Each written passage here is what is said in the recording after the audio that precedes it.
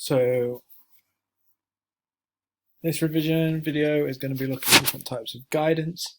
The first guidance we're going to look at is visual guidance, and that's guidance the performer can see and look at.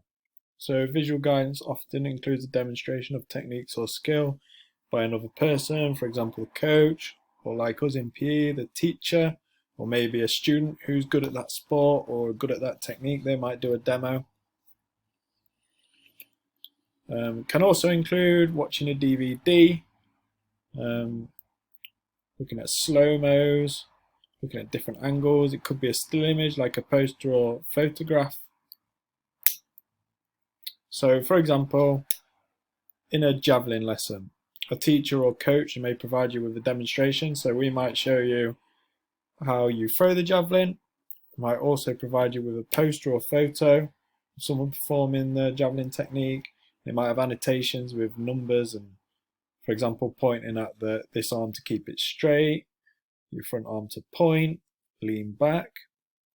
And then they might show you a video of someone like this guy, an athlete who's doing it professionally. So what's good about visual guidance? What are the advantages? It's very useful for a beginner as they can see what the skill looks like. If they've never done something before, they might not know what it looks like or how it's performed. Whereas if you show them something, they can see it. They get an understanding of it. And like it says here, visual guidance allows the individual to clearly see the correct model and technique, and then they can copy it. However, disadvantages. The demonstration or image must be of good quality.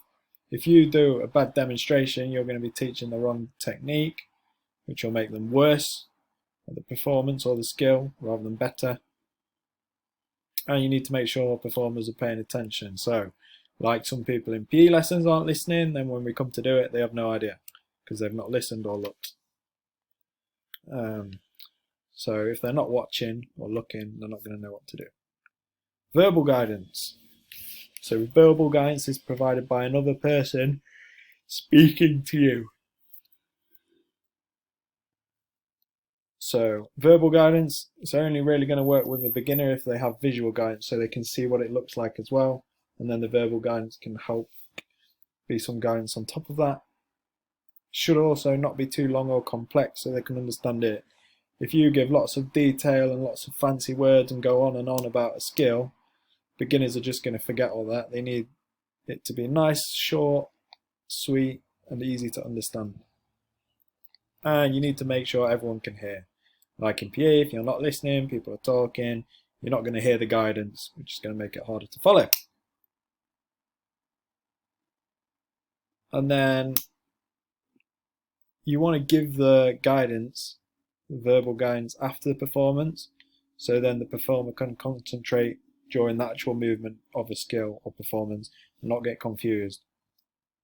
So you might take a shot in football at the goal, and then afterwards I might give you some verbal guidance so the next time you can do it a bit better.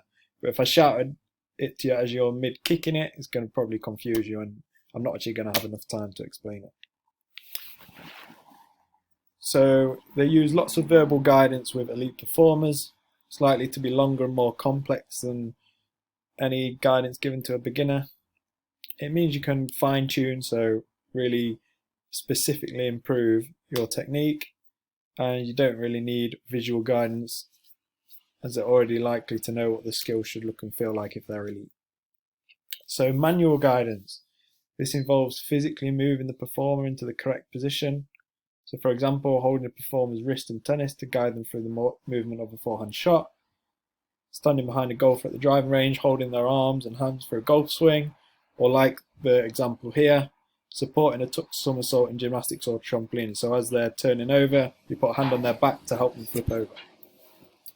It's very beneficial to beginners as they're able to complete the correct movement and understand how it feels. They'll feel the action as they do it.